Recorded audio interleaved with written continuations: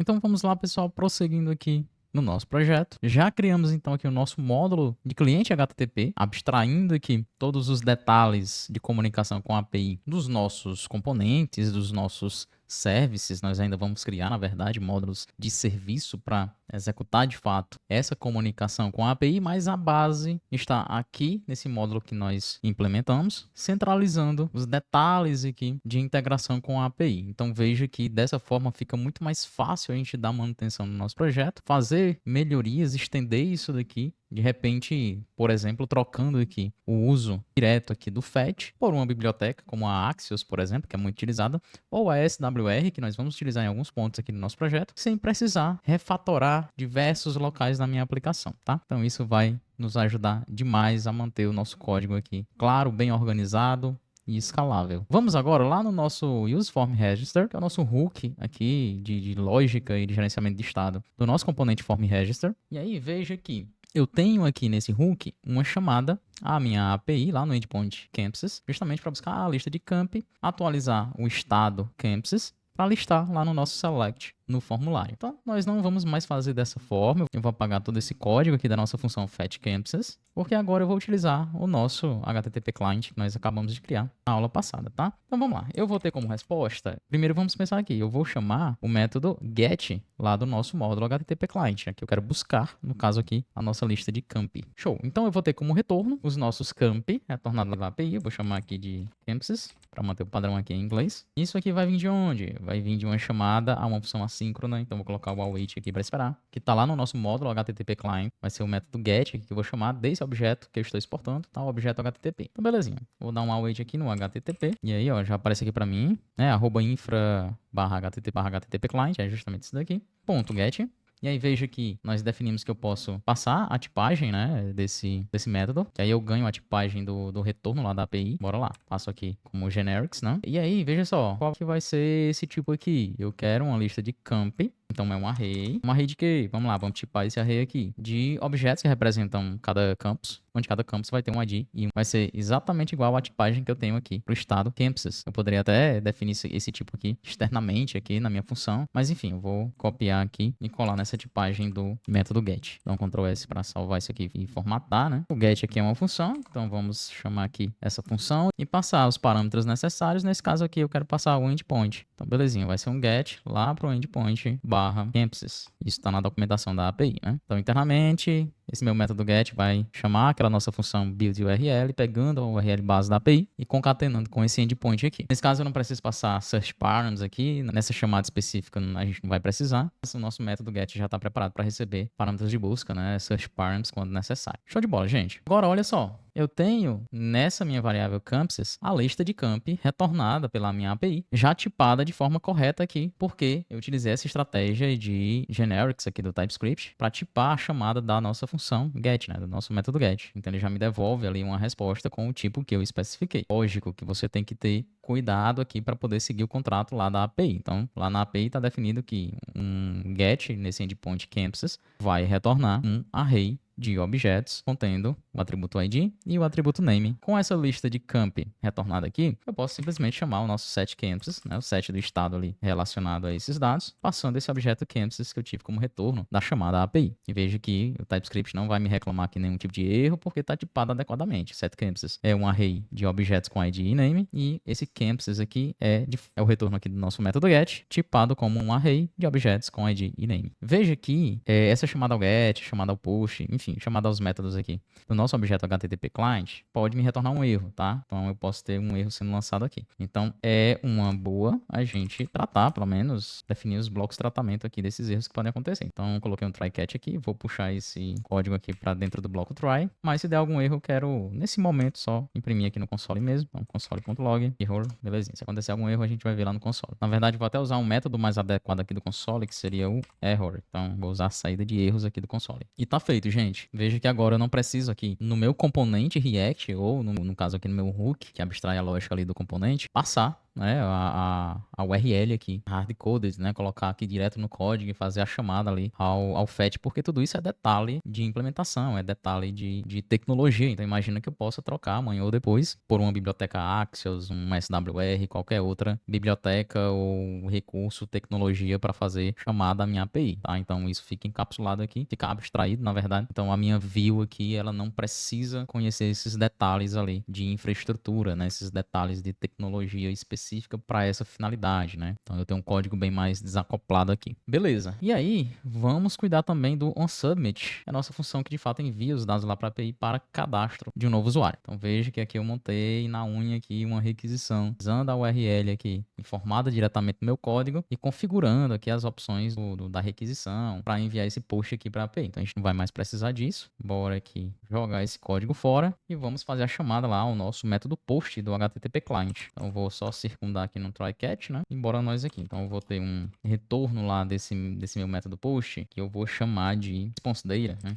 Vamos chamar aqui de response data, são os dados de resposta. E aí, isso aqui vai bater lá no endpoint auth register. Então, vou ter um cadastro de usuário. E se der tudo certo, eu vou ter como retorno um token e um objeto user, tá? Então, guarda essa informação porque ela vai ser importante aqui. Porque aí, com isso, a gente vai conseguir tipar adequadamente essa resposta. Vamos lá, ó. Então, eu vou chamar o método post lá do meu HTTP client. Então, é uma operação assíncrona. Vou esperar aqui. Então, await http.post. E aí vou informar o tipo da resposta que eu quero ter. E aí, mais uma vez, com base no tipo que está lá especificado no contrato da API. Então, lá na documentação da API. Que nesse caso aqui, como eu falei, é um token, tá? Então, a API vai me retornar, se der tudo certo, um objeto com token, que é uma string, e um atributo user, que é um objeto. E aí, para não precisar especificar todos os atributos possíveis aqui nesse retorno, nesse momento vou colocar só um N aqui. Posso dizer que pode ser de qualquer tipo esse atributo user, mas eu vou ter esse atributo user. Na prática mesmo, seria extremamente importante você tipar adequadamente com base nos tipos de retorno lá do contrato da API, lá na documentação da API, certo? Então, feito esse disclaimer aí, vamos aqui chamar o post passando, então, o endpoint. Nesse caso aqui, o endpoint vai ser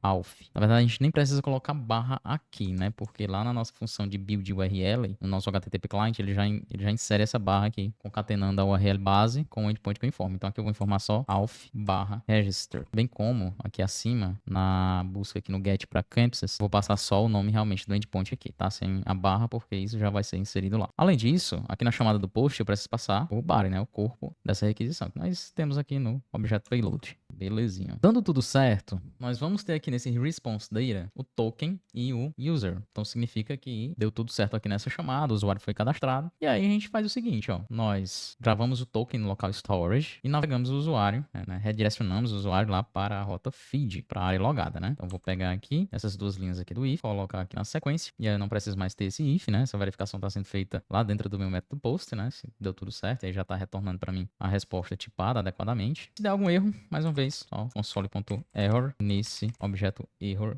aqui. Beleza, gente. Outro ponto aqui que dá pra gente melhorar já nessa aula é o seguinte, ó. Veja que eu estou acessando o local storage diretamente aqui para armazenar o token. Então, isso aqui também é um detalhe que o nosso hook view model aqui, relacionado à nossa view lá do componente form register, não precisa se preocupar. Isso é um detalhe de tecnologia, um detalhe ali de armazenamento nesse caso, né? Então, eu poderia muito bem definir uma outra estratégia de armazenamento. Aqui eu estou salvando em local storage, mas enfim, eu poderia salvar em cookies, eu poderia salvar em session storage, ou alguma outra estratégia para salvar esse token. Então, a gente pode separar essas responsabilidades aqui. O que a gente vai fazer? Bom, eu quero então definir essa estratégia para salvar o token. Em relação a esse gerenciamento do token, ter uma forma de pegar, né, esse token do armazenamento, qualquer que seja essa estratégia de armazenamento, né? No caso aqui vai ser local storage. E eu preciso também ter uma funcionalidade ali para apagar esse token, para que depois a gente possa implementar a função de logout, né? Que aí no logout do usuário a gente apaga o token que nós temos armazenado. Então, nesse caso, é um recurso, veja que é um recurso de autenticação, tá? Tá ligado a recurso de autenticação. Então, vai sim estar, de fato, nessa pasta auth, das minhas features, só que vai estar dentro de uma pasta. Então, aqui na pasta auth, eu vou criar uma outra pasta chamada storage. E aqui eu vou definir essa estratégia, então, de armazenamento do token. Então, dentro dessa pasta storage, eu vou criar um auth.storage.ts. E aí, eu vou criar três funçõezinhas aqui, tá? Bem simples mesmo. Então, function set access token, recebendo então esse token do tipo string, e aí, nesse caso, eu executo isso daqui, ó. Então, local storage.set item, passando esse token aqui que eu receber na função set access token. Eu ainda vou aqui acima definir a minha chave aqui do token, né, a minha chave no local storage onde eu vou armazenar o token vai se chamar, de fato, access token. Então, vou fazer o seguinte, ó, vou criar um const key token, passando então o termo access token. Então, aqui no set item, eu vou chamar o meu key token. E aí, vou até copiar aqui, eu também vou ter uma função para pegar esse token, vai ser o get access token, e eu não vou precisar receber nada, porque na verdade eu quero pegar o valor ali do token. Aqui no meu local storage, ao invés de ser set item, vai ser get item, onde eu preciso passar só a chave aqui dessa minha entrada lá no local storage. Por fim, eu vou ter uma function para limpar esse token, então eu vou chamar de clear access token, onde simplesmente eu vou chamar o meu local storage ponto remove item, e aí eu preciso especificar a chave, né? Que vai ser, mais uma vez, o meu key token. E basicamente isso, tá? Então eu já tenho aqui um módulo que vai cuidar só dessa parte de gerenciamento ali do armazenamento do token de autenticação. E aí, lá no meu useform register, eu não chamo mais diretamente local storage. Eu vou chamar, e aí eu preciso exportar, né? Essas funções. Então vamos aqui, vou criar um export aqui no final. Então export, e aí eu vou exportar um objeto com cada uma dessas funções. Então set access token, get access token e o clear access token. Então aqui, ó, ao invés de chamar direto local storage, eu vou chamar o set access token, passando então o token que eu recebi na minha resposta aqui. Então vou pegar a response data, e eu sei que aqui, se tudo deu certo, ela está definida com esse tipo aqui, tá? Então eu vou ter um token aqui. Então ponto token. E aí, beleza. Passo isso lá para o set access token, que vai cuidar desse armazenamento do token para mim. E aí, vejo que esse meu hook aqui, o useform register, ele não precisa se preocupar com isso, tá? Então, o papel dele aqui é gerenciar a minha view, meu componente ali, form register, o estado, o gerenciamento de submissão do formulário, e disparar essas solicitações aqui à API e demais serviços aqui, no caso aqui, nesse caso específico aqui, de armazenamento do token, mas ele não precisa se preocupar com detalhes de como esse armazenamento é feito. Então, posso armazenar em qualquer outro local, mas nesse caso específico aqui, nós estamos armazenando no local storage. Belezinha? Vamos verificar isso daqui. Então, npm run dev. Então, vamos aqui acessar a nossa página de cadastro. Vou deixar logo o console log aberto aqui para caso dê algum erro. E vamos lá, ó. Deixa eu ver se, inicialmente, vou testar aqui se ele já pegou essa lista de campos. E aparentemente não, mas muito provavelmente, pessoal, porque a API ela estava adormecida, tá? Essa API eu coloquei no Render, que é um serviço ali de hospedagem de aplicações, né, de back-end. O plano gratuito traz algumas limitações, principalmente em relação ao tempo de inatividade. Então, se a aplicação passar um determinado período de tempo inativa, aí ela fica indisponível, volta a ficar disponível na primeira requisição. Então, qualquer coisa, se acontecer isso, gente, você espera um pouquinho, atualiza a página, provavelmente vai dar certo aqui, vamos ver. Pronto, já pegou a lista de camp aqui, lá da minha API, tá bom? Então o nosso get já tá funcionando. Vamos testar aqui o cadastro de fato, tá? Então deixa eu pegar logo aqui, escolher boa viagem, nome aqui vou colocar Maria, sobrenome vou colocar Souza, nome de usuário, Maria Souza, no e-mail aqui vou colocar maria.souza@teste.com, vínculo vou colocar aqui técnico e a senha, qualquer coisa aqui para passar